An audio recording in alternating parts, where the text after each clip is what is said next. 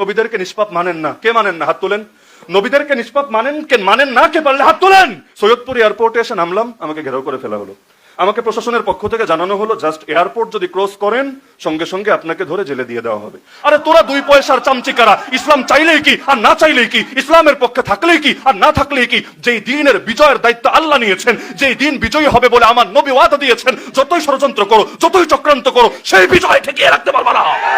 সাইদি মারবা, লক্ষ সাইদি তৈরি হবে। একজনকে রিমান্ডে নিবা, 1000 জন তৈরি হবে। একজনকে শহীদ করবা, তার রক্তের প্রতিটা ফোঁটা নতুন নতুন মর্দে মুজাহিদ পয়দা করবে। আমি আমার একটা অভিজ্ঞতা বলি। এক সময় মাওলানা মওদুদের বিরুদ্ধে আমার একটা ক্ষোভ ছিল একটা বাক্য নিয়ে, हम रसूलुल्लाह के सिवा किसी को तनकीद से बालातर नहीं समझते। আমার মারাত্মক ক্ষোভ ছিল এই বাক্যে। কেন? এর আক্ষরিক অনুবাদ করলে অনুবাদ দ্বারায় আমরা আল্লাহ রাসূল ছাড়া কাউকে সমালোচনার ঊর্ধ্বে মনে করি না। বাক্য বুঝেন? এমনকি যেই বাক্য নিয়ে এত বিতর্ক, পরের বাক্য দেখলে বিতর্ক থাকে না। তো ওই রোকন কন্টাক্ট দিতে দিতে কেন্দ্র পর্যন্ত গিয়ে এগুলো মুখস্থ হয়ে গেছে আর কি। জামাত ইসলামের আকীদা কি হবে? আরে আমি বেঁচে থাকতে মুহাম্মাদের গায়ে টাচও করতে পারবি না। মনে রাখো, যতদিন পর্যন্ত আমরা বেঁচে আছি বাতিলের সামনে মাথা নত করব না। প্রয়োজনে রক্তের সাগর ভরিয়ে দিব, কিন্তু আল্লাহর দিন থেকে সরব না।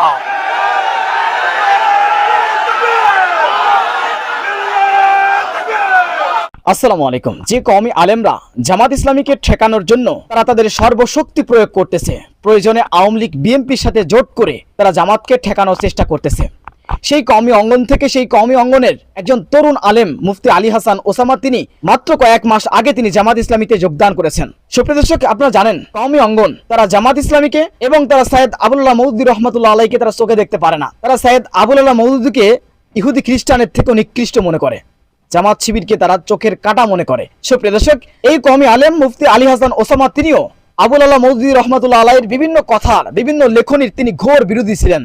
সেই ব্যক্তি কিভাবে জামাতে এসেছেন, সেই ব্যক্তি কিভাবে জামাত করতেছেন, সেই ব্যক্তি কিভাবে জামাতে এসেছেন, এ বিষয় নিয়ে তিনি আজ বগুড়া জেলার ওলামা সম্মেলনে তিনি এক বক্তব্যে বিস্তারিত আলোচনা করেছেন এবং কওমি আলেমরা যে সকল অভিযোগ তোলেন সৈয়দ আবুল্লাহ মওদুদী সম্পর্কে, জামাত ইসলামী সম্পর্কে, সে বিষয় নিয়ে তিনি কথা বলেছেন। কওমি আলেমরা যে ভুলগুলো বোঝেন সেগুলো তিনি তুলে ধরেছেন। সুপ্রিয় দর্শক, আমরা বিস্তারিত মুফতি আলী হাসান ওসামার মুখ থেকে জেনে আসবো। আলেমটা হয়তো দিবে। আরে ভাই, শাহ আব্দুল আজিজ মুহাদ্দিস দেহলভী রাহমাতুল্লাহি আলাইহি যখন ফতোয়া দিয়েছিলেন যে এই ভারতবর্ষ এখন থেকে দারুল হারব এবং এখানকার প্রতিটা আকেল বালেগ মুসলমানের উপরে সাধ্যমতো ওদের বিরুদ্ধে প্রতিরোধ যুদ্ধে এবং জিহাদ আন্দোলনে, এই স্বাধীনতা সংগ্রামে অংশগ্রহণ করা ফরজে আইন, তার এক ফতোয়া এমন ভাবে আগুনের মতো ছড়িয়ে গিয়েছিল আর সময় লেগেছে, কিন্তু দুদিন আগে হোক আর দুদিন পরে ব্রিটিশদের কিন্তু ঠিকই ল্যাজ গুটিয়ে পালাতে হয়েছে। আজও যদি আলেমরা ফতোয়া দেয়, তোমরা যারা ইসলামের বিরুদ্ধে বড় বড় কথা বলো, বড় বড় ডায়লগ মারো, তোমরা মরার পরে এই দেশের কোন হুজুর তোমাদের জানাজা দেবে না। বাস একটা ফতোয়া, সেই হুজুর আলিয়ার না কওমির না তাবলিগি না সুফি না রাজনৈতিক না অরাজনৈতিক দেখার বিষয় না। তোদের মতো নাস্তিক বেঈমান সেকুলার যারা আছে এদের জানাজায় কোনো হুজুর যাবেও না, জানাজা পড়াবেও না। একটা ফতোয়া যদি আজকে এই সমাজে প্রতিষ্ঠিত করতে পারেন, দেখবেন ইসলাম নিয়ে কথা বলার আগেও 10 বার চিন্তা করবে এই মুখ দিয়ে এত সহজে ইসলামের বিরুদ্ধে কথা বের হবে। নির্বাচন আসলে কত মৌসুমী হুজুর দেশে বেড়ে যায়, যাদেরকে সারা বছর টর্চলাইট দিয়ে খুঁজে পাওয়া যায় না, এরাও গিয়ে একদম প্রথম কাতারে, এমনকি মাহফিলে প্রধান বক্তার আগে বড় বড় ডায়লগ মারা শুরু করে দেয়। এমনকি আমি নাম বলতে চাই না, আপনাদের উত্তরেরই একজন বরেণ্য ব্যক্তি, যিনি আবার একটা দলের কেন্দ্রীয় সেক্রেটারিও বটে, নির্বাচনের আগে সুন্দর টুপিটা দেখতে ভালোই ছিল মাশাআল্লাহ, সুন্দর টুপি মাথায় লাগিয়ে বলেছিল ক্ষমতায় গেলে আমরা কোরআন সুন্নাহর বিরুদ্ধে কোনো আইন করব না। মাশাআল্লাহ, মারহাবা, আর কি লাগে? কোরআন সুন্নাহর বিরুদ্ধে আইন না হওয়া মানে তো কোরআন সুন্নাহর পক্ষে আইন হবে, আর কোরআন সুন্নাহর পক্ষেই যদি আইন হয় আর কি লাগে? যেমন আমাদের দলীয় স্লোগানও কি, আল্লাহর আইন চাই, শত লোকের শাসন চাই। আল্লাহর আইন মানেই তো কোরআনের আইন, আল্লাহর আইন মানেই তো শরীয়তের আইন, আল্লাহর আইন মানেই তো সুন্নতের আইন। তা আমাদের কাজ যদি আপনারাই করে দেন, মাশাআল্লাহ। মূল বিষয় তো কাজ, কে করলো এটা বড় বিষয় না, শুনে ভালোই লেগেছিল। কিন্তু আল্লাহর বান্দা গতকাল মাইক সামনে রেখে সাংবাদিকদেরকে সামনে নিয়ে প্রকাশ্যে বলে বসলো এই দলটা, কোন দল তো বুঝতেই পারছেন, এই দলটাকে এই দেশে রাজনীতি করতে দেওয়া উচিত না। কেন? দুই সমস্যা। এক নম্বরে তারা দিল থেকে গণতন্ত্র চায় না, দুই নম্বর হলো তারা শরিয়া ভিত্তিক ইসলামী রাষ্ট্র প্রতিষ্ঠা করতে চায়, এই দেশের মানুষের সাথে যেটা যায় না। নাউযুবিল্লাহ। নির্বাচনের আগে হুজুরদের মন করার জন্য বললো কোরআন সুন্নাহর বিরুদ্ধে কোনো আইন করবে না, মদিনার ইসলাম কায়েম করবে। মাশাআল্লাহ, মদিনার ইসলাম, খাঁটি মদিনার ইসলাম কায়েম করবে, যেখানে কোনো ভেজাল নাই। এখন এমন মদিনার ইসলাম দিচ্ছে, শরিয়া ভিত্তিক ইসলাম রাষ্ট্রই নাকি চলবে না, এবং এটা যেহেতু জামাত ইসলামী প্রতিষ্ঠিত করতে চায়, সুতরাং তাদেরকে নাকি এই দেশে রাজনীতি করতে দেওয়া উচিত না। নাউযুবিল্লাহ। কি বুঝলেন? আলেমদেরকে সম্মান দিল না তাদেরকে ব্যবহার করলো? এই দেশের আলেমরা এখনো যদি বুঝতে সক্ষম হয়, যে দলের হোক, যে মতের হোক, যে ধারার হোক, যে মাসলাকের হোক, যে মাযহাবের হোক, যে মানহাজের হোক, যে মাশরাবের হোক, যদি একবার বুঝতে সক্ষম হয় যে আমরা কারো দ্বারা ব্যবহৃত হব না, কোন সেকুলার দল, কোন দুনিয়াদারি দল আমাদেরকে নিজেদের রাজনৈতিক স্বার্থে ব্যবহার করতে পারবে না। আমি মনে করি বাংলাদেশে যেই পরিমাণ আলেম আছে এবং তাদের যেই পরিমাণ সমর্থক আছে, আজকে যদি এই সিদ্ধান্তে একমত হয়, আগামী 1 বছরের মধ্যে এই দেশে পূর্ণাঙ্গ ইসলাম বিজয়ী হবে, কেউ ঠেকায় রাখতে পারবে না। এখনো আলহামদুলিল্লাহ এই দেশের মানুষ আলেমদের কথায় রাস্তায় নেমে আসতে রেডি। সারা দেশের চিত্রই এটা। যার আমলে দুর্বলতা আছে, যে এক একটা আন্দোলনে যারা শহীদ হয়েছে, অনেক দৃশ্য তো আমাদের চোখের সামনে, যারা শহীদ হয়েছে সবাই কিন্তু হুজুর না, সবাই কিন্তু মাদ্রাসার ছাত্র না। এমন অনেক লোকও আছে যাদের মুখে দাড়িও নেই, এমন অনেক লোকও আছে যাদের গায়ে সুন্নতি জামা নেই, এমন অনেক লোক আছে যারা 5 ওয়াক্ত নামাজও ঠিকভাবে পড়ে না। কিন্তু যখন হুজুররা ডাক দিয়েছে আল্লাহর জন্য, নবীর ইজ্জত হেফাজতের জন্য, কোরআনের মর্যাদা রক্ষার জন্য আমাদেরকে রাস্তায় নামতে হবে, ওই মানুষগুলো পর্যন্ত মায়ের থেকে বিদায় নিয়ে কাফনের কাপড় গায়ে দিয়ে রাস্তায় নেমে এসেছে। আজও যদি চূড়ান্ত বিপ্লবের ডাক সব ধারার আলেমরা মিলে দিতে পারে, তাহলে দেখবেন এই জনসাধারণ একদম সমুদ্রের ঢেউয়ের মতো রাস্তায় নেমে চলে আসবে। এমনকি আলেমদেরকে তো শাখাগত বিষয় নিয়ে গ্রুপে গ্রুপে ভাগ করে রাখে। মজার বিষয়, ইসলামের মূল বিষয় নিয়ে কিন্তু কোনো যুগেই ইখতিলাফ ছিল না। ইসলামের মূল বিষয় নিয়ে ইখতিলাফের সুযোগ কোথায়? আল্লাহ এক, এটা নিয়ে কার ইখতিলাফ আছে? মুহাম্মদ সাল্লাল্লাহু আলাইহি ওয়াসাল্লাম আমাদের রাসূল, এটা নিয়ে কার ইখতিলাফ আছে? কাবা আমাদের কিবলা, এটা নিয়ে কার ইখতিলাফ আছে? এমনকি মূল হালাল হারামের বিধিবিধানে আসেন, সুদী অর্থ ব্যবস্থা চলতে পারে না, কার ইখতিলাফ আছে? ঘুষ দুর্নীতি চলতে পারে না, কার ইখতিলাফ আছে? মাদকের কারবার, ধর্ষণ, এমনকি জিনা, শুধু ধর্ষণ না, ওরা তো সরকারগুলো ধর্ষণের বিরুদ্ধে বলে, জিনার বিরুদ্ধে বলে না, তো ধর্ষণও চলতে পারে না, জিনাও চলতে পারে না, কার ইখতিলাফ আছে? এরকম একটা তালিকা করেন, এখানে বসে বসে করেন, দেখবেন ইসলামের মূল বিষয়, যেগুলোর সঙ্গে রাষ্ট্র পরিচালনার সম্পর্ক, যেগুলোর সঙ্গে অর্থ ব্যবস্থার সম্পর্ক, যেগুলোর সঙ্গে বিচার ব্যবস্থার সম্পর্ক, যেগুলোর সঙ্গে প্রশাসনের সম্পর্ক, যেগুলোর সঙ্গে আইন কানুনের সম্পর্ক, এগুলো নিয়ে কোন ধারার আলেমদের মধ্যে ভিন্নতা নাই। তাহলে যেটাতে ভিন্নতা সেটা থাক না, যেখানে ভিন্নতা নাই সেটাকে কেন্দ্র করেও সবাই যদি ঐক্যবদ্ধ হতে পারতো, এই দেশে ইসলামের জাগরণ কেউ ঠেকাতে পারতো না। মনে রাখবেন, আমাদের উপর তো কিছুটা সুদিন এসেছে, তাই না? আলহামদুলিল্লাহ। এই যেমন আজকে যে এই আয়োজনটা হচ্ছে, আমার সামনে আপনারা এত মানুষ বসা, আমরাও ঢাকা থেকে আসলাম, বিগত সময়ে তো এটা কল্পনাও করা যেত না। আমি তো উত্তরবঙ্গে আসা একরকম ছেড়েই দিয়েছিলাম। কেন? কারণ রংপুর জুম্মাপাড়া মাদ্রাসার মাহফিল আমার দাওয়াত ছিল, তার মানে ওই অঞ্চলের সবচাইতে বড় প্রতিষ্ঠান। সৈয়দপুর এয়ারপোর্টে এসে নামলাম, আমাকে ঘেরাও করে ফেলা হলো। আমাকে প্রশাসনের পক্ষ থেকে জানানো হলো, জাস্ট এয়ারপোর্ট যদি ক্রস করেন সঙ্গে সঙ্গে আপনাকে ধরে জেলে দিয়ে দেওয়া হবে, আর যদি জেলে যেতে না চান আরেকটা নিজের পকেটের পয়সায় টিকিট কেটে তাড়াতাড়ি ঢাকা ফেরেন, যতক্ষণ ঢাকা এয়ারপোর্ট আপনাকে ফলো করবে আমরা কিন্তু আপনার পিছু ছাড়ছি না। কত চেষ্টা করলো মাদ্রাসা কর্তৃপক্ষ এবং আরো বিভিন্ন নেতৃবৃন্দ, কত চেষ্টা করলো, কোনো লাভ হলো না, চলে যেতে হলো একবার, এরপর আরো একবার বাধার শিকার, আরো একবার, এক পর্যায়ে মন থেকে আসাই ছেড়ে দিলাম, থাক উত্তরবঙ্গে যাবোই না। এই জন্য দেখবেন উত্তরবঙ্গে আমি কিন্তু খুব বেশি আসা হয়নি, এমনকি বগুড়ার মাটিতে প্রথম আমি কথা বলছি, এর আগে বগুড়ার মাটিতেও আমার দাঁড়িয়ে কথা বলা হয়নি।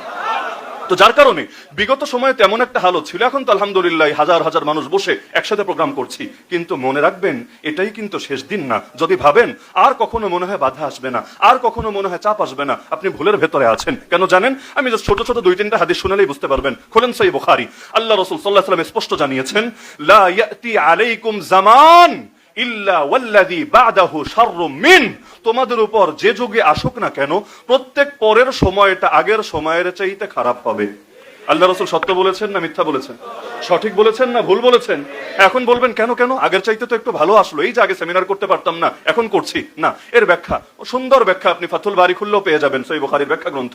সুন্দর ব্যাখ্যা হলো, আল্লাহ রাব্বুল আলামিন মাঝে মাঝে শ্বাস ফেলার জন্য একটু টাইম দেন। ওই খেলাও যেমন পুরা টাইম টানা হয় না, মাঝে হালকা হালকা ব্রেক দেয়, যে একটু পানি খাও, একটু রেস্ট করো, একটু শ্বাসটা স্বাভাবিক করো, এরপর আবার খেলা হবে। একইভাবে ভাববেন না খেলা হবে হুঙ্কার দিয়ে নেতাজি পালিয়েছে সামনে আর কেউ খেলতে নামবে না, না, খেলাধুলা চলতেই থাকবে। এজন্যই হাজ্জাজ বিন ইউসুফের মতো জালেমের পরেও ওমর বিন আব্দুল আজিজ রাহমাতুল্লাহ আলাইহির যুগ আসে, কিন্তু যুগটা বেশি লম্বা হয় না, মাত্র 2 বছর। ওমর বিন আব্দুল আজিজের শাসন মাত্র 2 বছর, 99 হিজরিতে শুরু, 101 হিজরিতে শেষ। সুতরাং যদি ভাবেন লড়াই শেষ হয়েছে, ভুলের ভেতরে আছেন, মনে রাখবেন যতদিন পর্যন্ত ইসলামের চূড়ান্ত বিজয় হবে না ততদিন পর্যন্ত ইসলামের সৈনিকরাও পৃথিবীতে শান্তি পাবে না। আমাদের সম্পর্ক ইসলামের সাথে, যেভাবে ওমর রাদিয়াল্লাহু আনহু বলেছিলেন, নাহনু কওমুন আ'আজ্জানাল্লাহু বিল ইসলাম, আমরা সেই জাতি যাদেরকে আল্লাহ সম্মান দিয়েছেন ইসলামের মাধ্যমে। ফাইদা বাতাগাইনাল ইজ্জাতা বিগাইরিহি আদাল্লানাল্লাহ, এখন ইসলাম ছাড়া অন্য যে জিনিসের মাধ্যমেই ইজ্জত তালাশ করি না কেন কোথাও ইজ্জত পাবো না, উল্টা আল্লাহই লাঞ্ছিত করে ছাড়বেন। কারণ সুখে রাখার মালিকও আল্লাহ, বিপদে ফেলার মালিকও আল্লাহ। আমার আল্লাহর নির্দেশ ছাড়া কিছু হয় না। আমরা যদি ইসলামের তরে কাজ করি আল্লাহ আমাদেরকে বিজয় দিবেন, এটা তার ওয়াদা। আর আমরা যদি ইসলাম ছেড়ে অন্যদের গোলামি করি আল্লাহ আমাদেরকে দুনিয়ার মতো কুত্তা বানায় রাখবেন, এটাই তার ওয়াদা। এমনকি আল্লাহ রাসূল সাল্লাল্লাহু আলাইহি ওয়াসাল্লাম বিশুদ্ধ হাদিসে কিয়ামত পর্যন্ত সময়কে মোট 5 ভাগে ভাগ করেছেন। এই হাদিসে আশা করি অনেকে জানেন। নবীর যুগ থেকে কিয়ামত পর্যন্ত যত সময় আসবে, যত বছর হয়ে গেছে, সামনে আরো যত হোক, নবীজি বলেছেন মোট যুগ হবে কয়টা? জাস্ট 5, 6 বলতে কিছু নাই। এক নম্বর যুগ হলো নববী যুগ, নবুয়তের যুগ। আল্লাহ রাসূল বলেন তাকুনুন নবুওয়াতু ফীকুম মা শা আল্লাহু আন তাকুন সুম্মা ইয়ারফাউহা আল্লাহ ইযা শা আন ইয়ারফাহা। এক নম্বর যুগ হবে নবুয়তের যুগ। আল্লাহ যতদিন চাইবেন তোমাদের ভেতর নবীকে রাখবেন, নবুয়তের যুগ রাখবেন। এটাই সবচাইতে সোনালী যুগ আমাদের। এই যুগটা ছিল বেশি না, মাত্র 23 বছর। এরপর দ্বিতীয় যুগ নবী বলেন সুম্মা তাকুনু খিলাফা আলা মিনহাজিন নবুওয়া। দ্বিতীয় যুগটা হবে খেলাফতের রাশেদার যুগ। নবী যেভাবে শাসন করেছেন হুবহু একই রকম আদর্শে শাসনের যুগ। এটাও বেশি না, অন্য হাদিসে ব্যাখ্যা আছে আল খিলাফাতু বাদি 30 সানা। আমার পরে খেলাফতের রাশেদা বা অন্য ভাষায় খেলাফা আলা মিনহাজিন নবুওয়া থাকবে মাত্র 30 বছর। 23 প্লাস 30 53 বছর গেল। এরপর 3 নম্বর যুগ নবী বলেন এরপর আসবে সুম্মা তাকুনু মুলকান আদা। এমন রাজত্বের যুগ যারা দাঁত দিয়ে কামড়ে রাজত্ব ধরে রাখবে, রাজত্ব ছাড়বে না। এজন্য দেখবেন খেলাফতের রাশেদার পরে সেই যে বংশানুক্রমিক শাসন শুরু হয়েছে একদম 1924 পর্যন্ত চলেছে, মাঝখানে সরে নাই। উমাইয়া, আব্বাসি, ওসমানী যা কিছু চলেছে এমন ভাবে ধরেছে যে আমার পরে আমার বংশের কেউই ক্ষমতায় আসবে। ও নাদান হলেও আসবে, অথর্ব হলেও আসবে, অর্বাচীন হলেও আসবে। ওই বাংলাদেশেও এগুলো চলে। পরিবারতন্ত্র চলে না? দলের মধ্যেও চলে, এমনকি পীর সাহেবদের ধারার মধ্যেও চলে, এমনকি বহু প্রতিষ্ঠানেও চলে যে অমুকের পরে তমুক আসবে। এখন সে যেহেতু তার বংশে যোগ্য হলেও আসবে, অযোগ্য হলেও আসবে, আর অন্যরা স্পেস পাবে না, তারা যোগ্য কি অযোগ্য এটা দেখা হবে না। এই ধারা নবী বললেন 3 নম্বর যুগ। কিন্তু এটাও শেষ না, এরপর 4 নম্বর যুগ নবী বলেছেন। 3 নম্বর তাও তো মাশাআল্লাহ রাজতান্ত্রিক ধারা হলেও সবাই খারাপ এমন না। কারণ বংশানুক্রমিক তরিকায়ও যদি নির্বাচিত হয়, এভাবে নির্বাচিত হওয়া ঠিক না। কিন্তু এভাবে যদি নির্বাচিত হয় এর মানে সে অযোগ্য, বিষয়টা এমন না। কারণ ওমর বিন আব্দুল আজিজ তিনিও তো এভাবে নির্বাচিত হয়েছেন। সম্রাট আওরঙ্গজেব আলমগীর তিনিও তো এভাবেই নির্বাচিত হয়েছেন। ওই পরিবারতন্ত্র যদিও নির্বাচিত হয়েছেন, তো মানুষ হিসাবে ভালোই ছিলেন, শাসনটাও ভালোই করেছেন এবং কোরআন সুন্নাহর ফরমানে জারি রেখেছেন। তো 3 নম্বর পর্যন্ত চলে। কিন্তু 4 নম্বর যুগ নবী বলেছেন যেই যুগে আমি আছি, যেই যুগে আপনি আছেন, যেই যুগে আমরা সকলে আছি, 4 নম্বর যুগ নবী বলেন সুম্মা তাকুনু মুলকান জাবারিয়া। 4 নম্বর যুগ হবে জুলুমের যুগ, তাগুতি শাসনের যুগ, স্বৈরাচারের যুগ, ফ্যাসিবাদের যুগ, সারা দুনিয়া রক্ত ঝরানোর যুগ। এই যুগের ভেতরে আমরা আছি। এজন্য দেখবেন পৃথিবীর পূর্ব থেকে পশ্চিম, উত্তর থেকে দক্ষিণ, সারা দুনিয়ার দিকে নজর দেন, দেখবেন শুধু রক্ত আর রক্ত আর রক্ত। কার রক্ত? অন্য কোনো জাতির রক্ত না, আমার বোনের রক্ত, মুসলিম জাতির রক্ত। আরাকানে তাকান, মুসলমানের রক্ত। কাশ্মীরে তাকান, মুসলমানের রক্ত। এমনকি আপনি সেই মালি, সোমালিয়া, আফ্রিকার কালো কালো দেশগুলোতে তাকান, মুসলমানের রক্ত। ইয়ামান, সিরিয়া এতকাল ধরেছে, মুসলমানের রক্ত। এমনকি এখনো পর্যন্ত ইরানে, প্যালেস্টাইনে ঝরছে মুসলমানের রক্ত। এই যে সারা দুনিয়ায় পৃথিবীর পূর্ব থেকে পশ্চিম, উত্তর থেকে দক্ষিণ শুধু মুসলমানের রক্ত ঝরছে, এটাও আমার নবীর ভবিষ্যৎবাণী, সেই 4 নম্বর যুগের অংশ। কিন্তু এটাই শেষ না, যুগ বাকি আছে আর কয়টা? একটা। তাহলে 4 মধ্যে যদিও পেরেশানিতে আছি, মানে রাত বাজে 3টা, রাস্তায় হাঁটতেও বড় ভয় লাগছে। কারণ এত রাত্রে তো ভয় লাগবেই, সঙ্গী নাই, আর কখন জানি কোন জীবজন্তু এসে হামলা করে, ছিনতাইকারী ধরে ফেলে, কি হয় না হয়। কিন্তু একদিকে ভয় আর একদিকে আশা। আশা কি জানেন? এই তো কিছুক্ষণ পরই ভোরের আলো উদিত হবে। কুল আউযু বিরাব্বিল ফালাক। এই ফালাক মানেই হলো সকাল, ভোর। তুমি বলে দাও হে নবী, আশ্রয় চাচ্ছি সকালের রবের। কেন আমার আল্লাহকে শুধু সকালের রব? আমার আল্লাহ দুপুরের রব না? আমার আল্লাহ বিকালের রব না? আমার আল্লাহ সন্ধ্যার রব না? তাহলে শুধু সকাল কেন বলা হলো? এজন্যই বলা হয়েছে, আয়াতের ভেতর ইঙ্গিত আছে রাতের পরে যেমনি ভাবে সকাল আসে, সকাল আসা মাত্র, ভোরের আলো উদিত হওয়া মাত্র যেমনি ভাবে রাতের সব অন্ধকার কেটে যায়, একইভাবে হে আল্লাহ তুমিও আমার জীবনে নতুন ভোর আনো, তুমিও আমার জীবনে নতুন সকাল আনো। এমন এক সকাল যেই সকাল আসলে আর অন্ধকারের লেশ থাকবে না, এমন এক সকাল যেই সকাল আসলে ভেতরে আর কোনো আতঙ্ক থাকবে না। তাহলে আল্লাহ রাসূল জানিয়েছেন এই 4 নম্বর যুগের পরেই সর্বশেষ যুগ আসতে যাচ্ছে। সেই যুগ হলো সুম্মা তাকুনু খিলাফা আলা মিনহাজিন নবুওয়া। ওই নবুয়তের যুগ তো আর ফেরা সম্ভব না, নবী তো চলেই গেছেন আল্লাহর কাছে। কিন্তু নবুয়তের যুগের পরপরই 30 বছর যেই যুগ ছিল, সেই যুগ আবারও আসবে। আল্লাহ নবী বলেছেন এমনকি এমন ভাবে আসবে, নবীর যুগের পরে যে খেলাফতের রাশেদার যুগ ছিল সেটা কিন্তু সারা দুনিয়া জুড়ে ছিল না, সারা দুনিয়া পর্যন্ত ইসলাম বিস্তৃত হয় নাই। কিন্তু আগামী দিনে যে খেলাফতের রাশেদা আসবে, আমার নবী বলেছেন শহর বা গ্রামের একটা কাঁচা বা পাকা ঘরও বাকি থাকবে না যেখানে আমার আল্লাহ ইসলাম নিয়ে প্রবেশ করাবে না। আরে তোরা 2 পয়সার চামচিকারা, ইসলাম চাইলেই কি আর না চাইলেই কি, ইসলামের পক্ষে থাকলেই কি আর না থাকলেই কি, যেই দিনের বিজয়ের দায়িত্ব আল্লাহ নিয়েছেন, যেই দিন বিজয়ী হবে বলে আমার নবী ওয়াদা দিয়েছেন, যতই ষড়যন্ত্র করো, যতই চক্রান্ত করো, সেই বিজয় ঠেকিয়ে রাখতে পারবে না।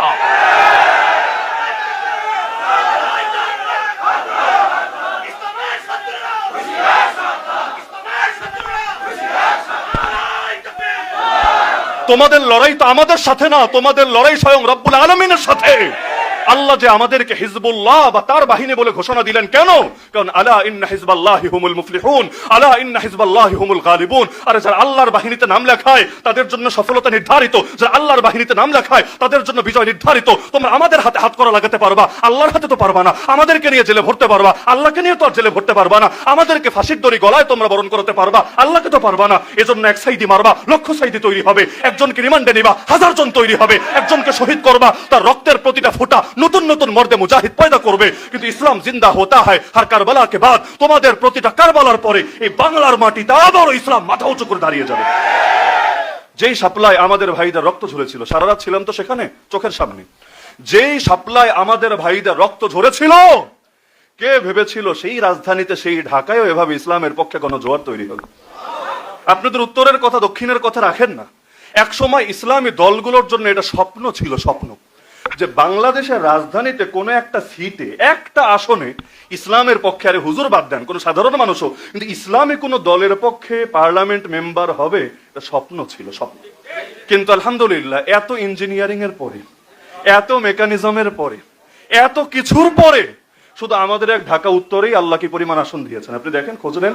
এক ঢাকার মধ্যে, এমন কি ঢাকার মানুষরা বিরক্ত, আমরা ভোট দিলাম আপনারা রাখতে পারলেন না কেন? উল্টা আমাদেরকে বলে আমরা দিলাম। আমি এক দোকানে ফল কিনতে গেলাম, দোকানদার বলে হুজুর অন্যরা তো তাও অটো ভাড়া দিয়ে নিয়ে যায়, পকেটে আবার এক বেলার খাবারের টাকাও দিয়ে দেয়, আপনারা তো কিছু দিলেন না, দিলেনই না। আমি দোকান বন্ধ রেখে আমার বউরেও নিজে নিয়ে গেলাম, সারাদিন সিরিয়াল ধরে ভোটটা দিলাম। এমনকি মজার বিষয় কি হুজুর জানেন, আপনাদের এমপিরে কিন্তু আমি একদিন দেখিও নাই, চিনিও না। আমি শুধু চিনেছি দাড়িপাল্লা, বাস গিয়ে দাড়িপাল্লায় সিল মেরে দিয়েছি। আমি আপনাদের এমপিরে চিনিও না, এবং তিনি হয়তো কোনোদিন আমার সাথে হয়তো দেখাও হবে না বা আমাকে চিনবেনও না। কিন্তু দেখেন আমরা তো ঠিকই করলাম, কিন্তু অনেক জায়গায় তো এটা রক্ষা হলো না। আমি বললাম ইদা আরাদাল্লাহু শাইআন হাইয়া আলাহু আসবাবা। আমার আল্লাহ যখন কোনো কিছুর ইরাদা করেন, আল্লাহ নিজেই সেটার আসবাব আর উপায় উপকরণ নিজেই তৈরি করেন। তার মানে আমার আল্লাহ হয়তো এই দেশেও ইসলামের চূড়ান্ত বিজয়ের ফয়সালা করে দিয়েছেন। এজন্য প্রজন্মের ভেতরে ইসলাম পন্থীদেরকে নেতৃত্বে দেখার এক অদম্য বাসনা আল্লাহ নিজেই তৈরি করে দিয়েছেন। এমনকি ডাইরেক্ট ক্ষমতায় না নিয়ে আল্লাহ বিরোধী দল বানিয়েছেন। আমি মনে করি এটাও আমার আল্লাহর এক মহাপরিকল্পনার অংশ। কারণ পৃথিবীর বহুদের সাক্ষী, ডাইরেক্ট হুট করে ক্ষমতায় গিয়ে অনেকে কন্ট্রোল করতে পারে নাই। কারণ অভিজ্ঞতার একটা ব্যাপার আছে, অনেক কিছু এমন যেটা হুট করে দিয়ে দিলে সামলানো যায় না, বরং ধীরে ধীরে হাতে কলমে শিখে শিখে করলে ওই জিনিসটা সুন্দর করা যায়। মনে করেন এখানে অনেক মাদ্রাসার প্রিন্সিপাল আছেন, যেদিন প্রথম স্টুডেন্ট লাইফ শেষ করে কর্মজীবনে এসেছিলেন, প্রথম দিনে যদি আপনাকে প্রিন্সিপাল বানিয়ে দেওয়া হতো, হয়তো আপনি এটা সামলাতে পারতেন না, উল্টো বদনাম হয়ে যেত। আর আস্থা অর্জন করা কঠিন, আস্থা নষ্ট হওয়া সহজ। আস্থা অর্জন করতে সময় লাগে, নষ্ট হতে বেশি কিছু লাগে না। সারা জীবনের অর্জন ওই একদিনের মধ্যেও শেষ হতে পারে। তো যার কারণে আমার আল্লাহ ধীরে ধীরে হাতে কলমে প্রশিক্ষণ দিয়ে দিয়ে অভিজ্ঞ বানিয়ে বানিয়ে, আমি আশাবাদী যখন একবার ক্ষমতায় নিবেন আর জাতি যখন ইসলামের মজা পেয়ে যাবে, তখন ওরা যত বড় ডায়লগ মারুক না কেন, হলুদ কার্ড না, জাতি ডাইরেক্ট লাল কার্ড খালি দেখাতে থাকবে। এজন্য আগামী দিন ইসলামের যে বড় বিপ্লব হতে যাচ্ছে, এক্ষেত্রে সবচাইতে বেশি অবদান যারা রাখতে পারে তারাই হলো এই ওলামায়ে কেরাম। কেন? ওলামারা শুধু এই কথাটা মাথায় বসাতে হবে যে আমরা কারো দ্বারা ব্যবহৃত হব না। কারণ টিস্যু কিনতে ভাই ভালোই টাকা লাগে। এই যে প্যাকেটটা, এটার দামও কত, অন্তত ধরেন 75 টাকা, 75, কম না, ভালো টাকা। কিন্তু যখন এটা কিনতে টাকা লাগলো, রাখাও হলো দয়া করে মায়া করে, কিন্তু যখন ব্যবহার শেষ হয়ে গেল, এটার আর কি দাম থাকে? ব্যবহার শেষে সুন্দর মতো এটা মানুষ ওই কমোডে ফেলে দেয় বা ডাস্টবিনে ফেলে দেয় এবং এটাকে বিদায় করে দেয়, এমনকি এটাকে পকেটেও নিয়ে ঘুরে বেড়ায় না। সুতরাং আল্লাহর ওয়াস্তে সেকুলারদের টিস্যু হয়েন না। না হলে দেখবেন এক এক নির্বাচন আসলে আপনার কদর বাড়বে, পকেট ভরবে, আর এক এক ফতোয়া দিলেও মাশাআল্লাহ আড়ালে আড়ালে বিভিন্ন বান্ডিল এসে পৌঁছবে। কিন্তু দেখবেন একবার যদি গদি পাওয়া যায়, আপনি আর কেডা, তখন আর আপনারে লাগবে না, আপনার নামও তখন উচ্চারণ করবে না, আপনার পক্ষে তখন কাজও করবে না। সুতরাং আলেমরা ঐক্যবদ্ধ হয়ে যান না। হ্যাঁ, ভুল কার নাই রে ভাই, কেউই তো মাসুম না। কোন দলও মাসুম না, কোন নেতাও মাসুম না, কোন ব্যক্তিও মাসুম না। মাসুম তো একমাত্র নবী রাসূলরা, এছাড়া কেউই তো মাসুম না। তাহলে ভুল আমারও থাকবে, ভুল আপনারও থাকবে, কিন্তু ভুল কয়টা? আপনি ভুল নিয়ে যদি পড়ে থাকেন, পৃথিবীতে কখনো ঐক্যবদ্ধ হতে পারবেন না। ওমর রাদিয়াল্লাহু আনহু বলেছেন, লা ইসলামা ইল্লা বিজামাআ ওয়ালা জামাআতা ইল্লা বিইমারা ওয়ালা ইমারাতা ইল্লা বিতাআ। কোন ইসলাম নাই জামাত ছাড়া। অনেকে আবার মিডিয়া কাট করে দিবে জামাত ইসলামী ছাড়া কোনো ইসলাম নাই, এটা বলি নাই। জামাত মানে হলো ঐক্যবদ্ধ দল, ঐক্যবদ্ধ দল ছাড়া কোনো ইসলাম নাই। আমিরুল মুমিনিন ওমর রাদিয়াল্লাহু আনহু বলেছেন, তাহলে ইসলামের জন্য ঐক্য লাগবে নাকি লাগবে না? ওয়া তাসিমু বিহাবলিল্লাহি জামিআ ওয়ালা তাফাররাকু।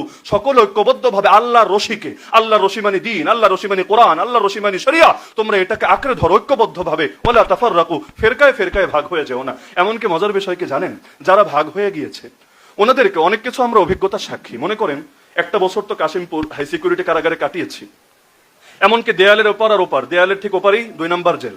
যদিও নাম্বারে হাই সিকিউরিটি 4 আর ওইটা নাম্বারে 2, কিন্তু মাঝখানে জাস্ট 2টা দেয়ালের পার্থক্য। দেয়ালের উপরেই ছিলেন মুফাসসিরে কোরআন আল্লামা দেলোয়ার হোসেন সাইদী রাহমাতুল্লাহ আলাইহি। এবং স্বপ্ন দেখতাম যে একদিন ইনশাআল্লাহ আমিও বের হব, তিনিও বের হবেন, সামনাসামনি বসে তাফসীর শুনবো।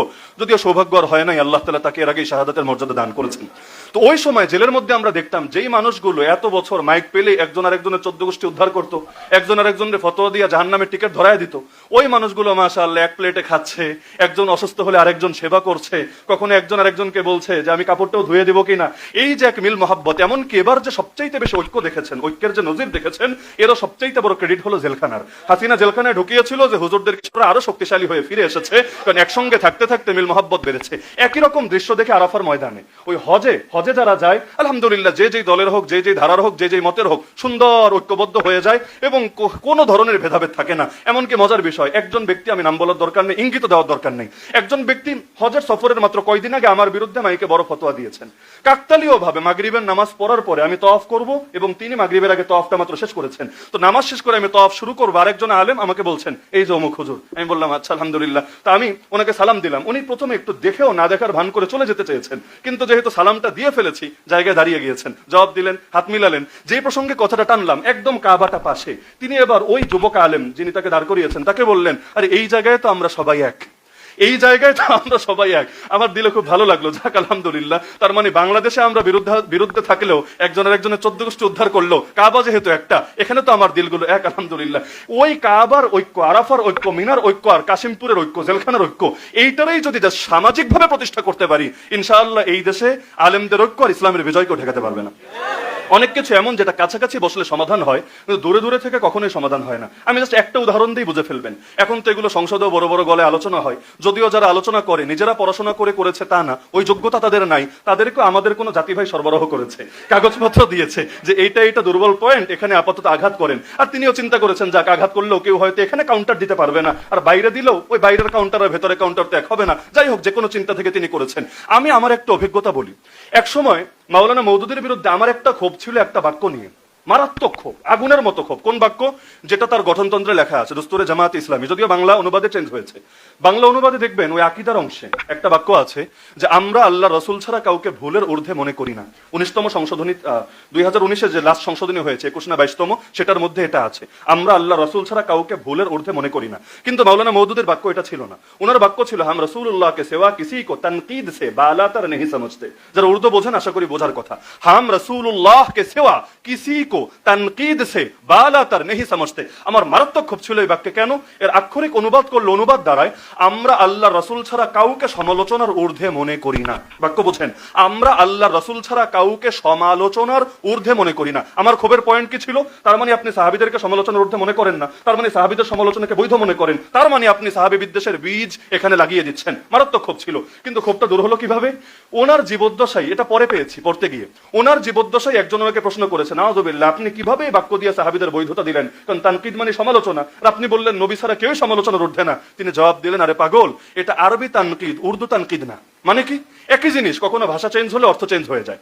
আরবি তানকিদ দ্বারা তিনি ব্যাখ্যা করেছেন যে এর মানে হলো পর্যালোচনা, সমালোচনা না। তার মানে কি? মানে হলো অন্ধের মতো আনুগত্য আর অন্ধভাবে অনুসরণ, এটা নবীর জন্য প্রযোজ্য। ইমাম মালিক রাহমাতুল্লাহি আলাইহি বলেছেন, কুল্লুন ইউখাযু মিন কাওলিহি ওয়া ইউতরাক ইল্লা সাহিবা হাযাল কবর। নবী রওজার সামনে দাঁড়িয়ে বলেছেন, এই কবরে যিনি শুয়ে আছেন তিনি ছাড়া প্রতিটা মানুষ এমন যার কিছু কথা গ্রহণীয়, কিছু কথা বর্জনীয়। এজন্য দেখবেন সাহাবীদের মধ্যে ইখতিলাফ ছিল না? যেমন মেরাজে গিয়ে আমার নবী আল্লাহকে দেখেছেন কিনা, আপনি পড়েন হাদিস, দেখবেন আম্মা জান আয়েশা একমত এক দলে, আর আব্দুল্লাহ ইবনে আব্বাস রাদিয়াল্লাহু আনহু আরেক দলে। আকীদার বহু মাসালা নিয়ে, আমলের বহু মাসালা নিয়ে সাহাবীদের মধ্যে ইখতিলাফ ছিল। এখন যদি বলেন কোন সাহাবীর একক মত হাতারও সর্বসম্মত হলে, ইজমা তো শরীয়তের দলিল, কোরআন হাদিসের পরে সবচাইতে বড় দলিলই হলো ইজমা। কিন্তু এককভাবে তাদের যে কারো মতই যদি প্রতিটা ক্ষেত্রে অন্ধ আনুগত্যের উপযুক্ত হয়, তাহলে যেখানে ইখতিলাফ হয়েছে সেখানে হবে কি? এজন্য তিনি ব্যাখ্যা দিয়েছেন যে আমি তানকিদ বলতে পর্যালোচনা বুঝাই। মানে কি? যে কোন সাহাবীর যদি একক মত পাই, সর্বসম্মত মত না, আমি এটাকে দলিলের সাথে মিলিয়ে দেখি, কোরআনের সাথে মিলাই, হাদিসের সাথে মিলাই। যদি উসুলের সাথে মিলে যায় আলহামদুলিল্লাহ, এটা মেনে নেই। যদি দেখি না নবী বলেছেন একটা আর কোন সাহাবীর একটা বিচ্ছিন্ন মত পাওয়া গিয়েছে, আমি এই ক্ষেত্রে দলিলের আলোকে ওইটাকে প্রাধান্য দেই। এজন্য আমি তানকিদ বলেছি। না হলে সমালোচনা তো আমি কোনো মুসলমানের করাই বৈধ মনে করি না, সাহাবী তো দূরের কথা। তিনি ব্যাখ্যা দিলেন। এই ব্যাখ্যাটা পরে আমি চিন্তা করলাম, হায় রে আল্লাহ, এতকাল তো আমিও তার তানকিদকে উর্দু তানকিদ ধরে তার বিরুদ্ধে এই ক্ষেত্রে ক্ষোভটা লালন করলাম, কিন্তু দেখলাম এখানে তো তিনি ভিন্ন ব্যাখ্যা দিয়েছেন। এরকম বহুত উদাহরণ দেওয়া যাবে। সংসদে দাঁড়িয়েও মেয়ারে হক ইস্যুটা না হলো না? সাহাবায়ে কেরাম সত্যের মাপকাঠি কিনা? শব্দটা তো আসলেই জটিল ব্যাপার, কিন্তু মজার বিষয় হলো শব্দের মারপিট করে কি হবে? কে বললো লাউ, কে বললো কদু, কে বললো ইসা মাছ, কে বললো চিংড়ি মাছ, এটা দিয়ে কি হবে? মূল বিষয় তো হলো মূল জিনিসটা মেনে নিলেই চলবে। এখন উনি মেয়ারে হক মানেন না, কথা সত্য। আবার আমাদের আকাবির ওলামায়ে দেওবন্দ তারা নবী পাশাপাশি সাহাবীদেরকেও মেয়ারে হক বলেন, কথা সত্য।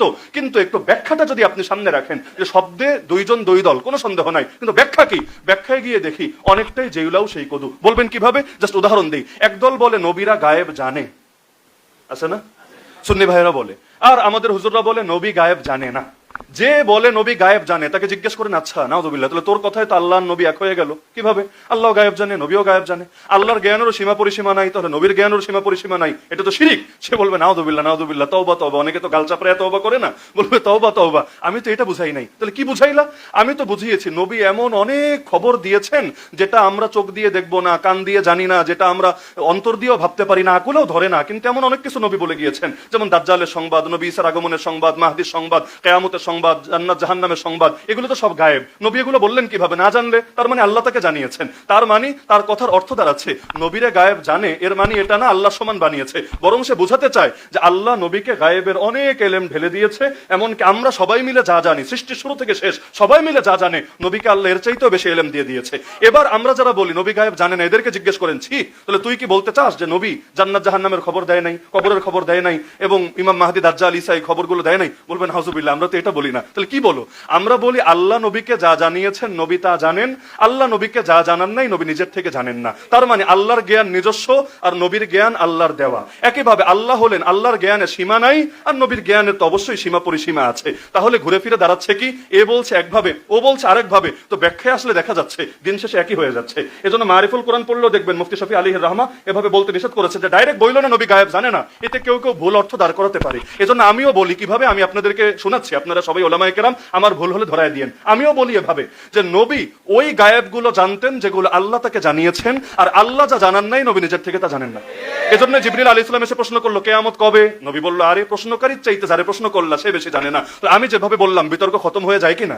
যারা বলছেন সাহাবায়ে কেরাম মেয়ারে হক, সত্যের মাপকাঠি, তাদেরকে জিজ্ঞেস করেন এর মানেটা কি, এর অর্থটা কি? তারা বলবেন এর অর্থ হলো আমাদের ঈমান সাহাবীদের ঈমানের মতো হতে হবে, আমাদের আমল সাহাবীদের আমলের মতো হতে হবে, আমাদের চরিত্র সাহাবীদের চরিত্রের মতো হতে হবে, আমাদের দ্বীনের বুঝ সাহাবীদের দ্বীনের বুঝের মতো হতে হবে। এক কথায় তারা আমাদের জন্য আইকন হবেন, মডেল হবেন, আদর্শ হবেন, অনুকরণীয় হবেন। এটাই তো, নাকি ভিন্ন মতো সুযোগ আছে? এটাই তো। এবার আপনি মাওলানা মওদুদীকে জিজ্ঞেস করেন, আচ্ছা আপনি কি সাহাবীদেরকে আদর্শ মানেন না? আমাদের ঈমান তাদের ঈমানের মতো হওয়া লাগুক, এটা আপনি মানেন না? আমাদের আমল তাদের আমলের মতো হওয়া লাগুক, এটা মানেন না? তিনি বলবেন অবশ্যই মানি। এমনকি যেই বাক্য নিয়ে এত বিতর্ক, পরের বাক্য দেখলে বিতর্ক থাকে না। তিনি বলেছেন আমরা নবী ছাড়া কাউকে মেয়ারে হক মানি না, কিন্তু আমরা এই মূলনীতিতে সবাইকে মেপে দেখি এবং যার যতটুকু প্রাপ্য সেটা মেপে দেখি। এবং তিনি নিজেই বলেছেন সাহাবায়ে কেরাম এই মানদণ্ডে শতভাগ উত্তীর্ণ।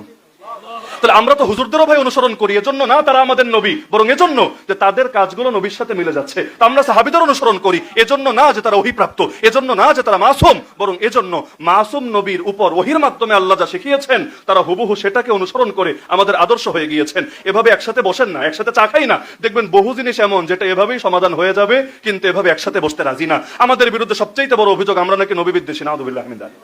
বলে না আমরা নবী বিদ্বেষী। এখানে যারা আছেন আমাকে একজন পারলে হাত তুলে বলেন যে আমি নবী বিদ্বেষী, কেউ তো বলবে না। এমনকি আপনারা নাকি নবীদেরকে নিষ্পাপ মানেন না। কে মানেন না? হাত তুলেন। নবীদেরকে নিষ্পাপ মানেন কে? মানেন না কে? পারলে হাত তুলেন। তাহলে এই যে সংসদের মতো জায়গায় দাঁড়িয়ে বলা হচ্ছে যে জামাত ইসলাম ইসমতে আম্বিয়া মানে না, মওদুদী ইসমতে আম্বিয়া মানে না, আরে যে ইসমতে আম্বিয়া মানে না সে তো ডাইরেক্ট কাফের।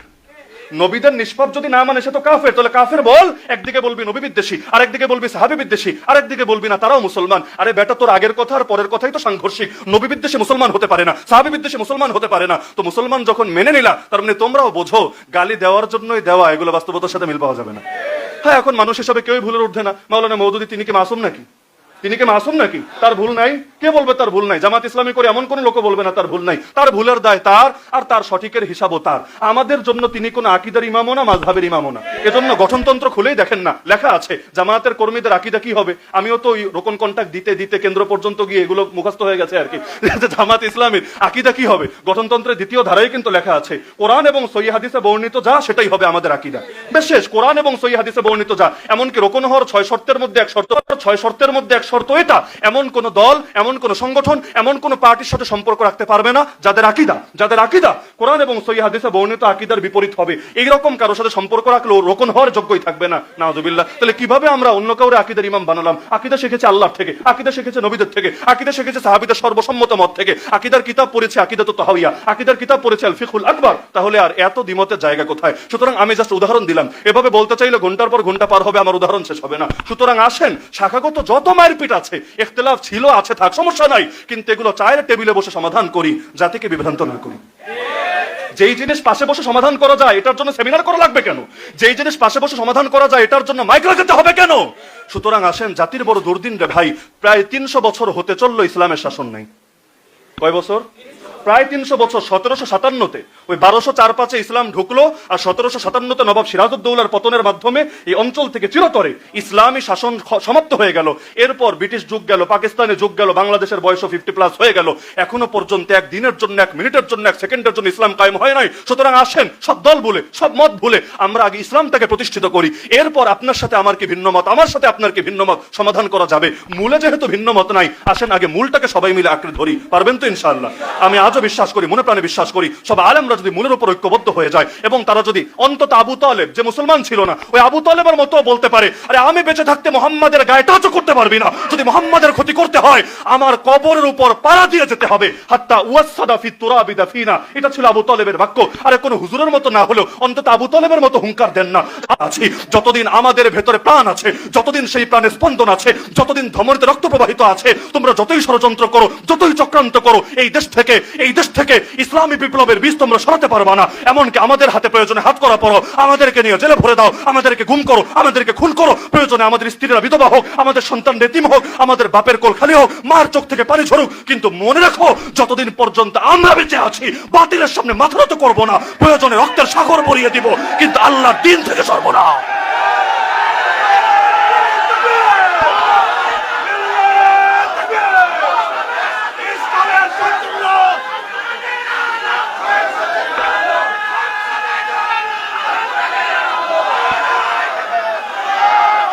হযরত উলামায়ে কেরামের প্রতি আমার সর্বশেষ বার্তা, আমরা সকলেই তো নবীর উত্তরাধিকারী, তাই না? নবীর উত্তরাধিকারী এটাকে হিসাবে নিয়েন না, দায়িত্ব হিসাবেও নেন। নবীর উত্তরাধিকারী খালি মর্যাদা না, যে চিনোস আমারে বেড়া আমি তো নবীর উত্তরাধিকারী না, ওই ফজিলত আমাদের মার্কেটিং করা লাগবে না, দায়িত্ব হিসাবে নেন। নবীর দায়িত্ব ছিল যা, আমাদেরও দায়িত্ব হবে তা।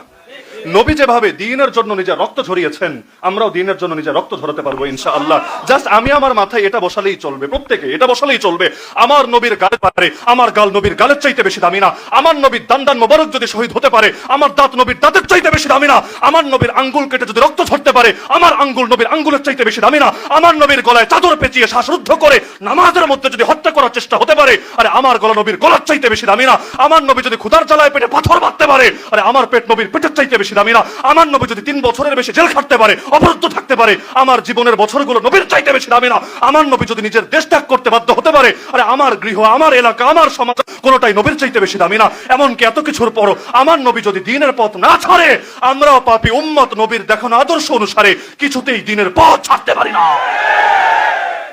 সুপ্রিয় দর্শক, মুফতি আলী হাসান ওসামার এই বক্তব্যটি আপনারা কিভাবে দেখছেন? অবশ্যই আপনাদের মূল্যবান মন্তব্য কমেন্ট বক্সে জানাবেন। সবসময় সত্য নির্ভেজাল তথ্য পেতে স্বাধীন Bangla TV YouTube channel subscribe করে আমাদের সাথে থাকুন। আসসালামু আলাইকুম রহমতুল্লাহি ওয়া বারাকাতুহু।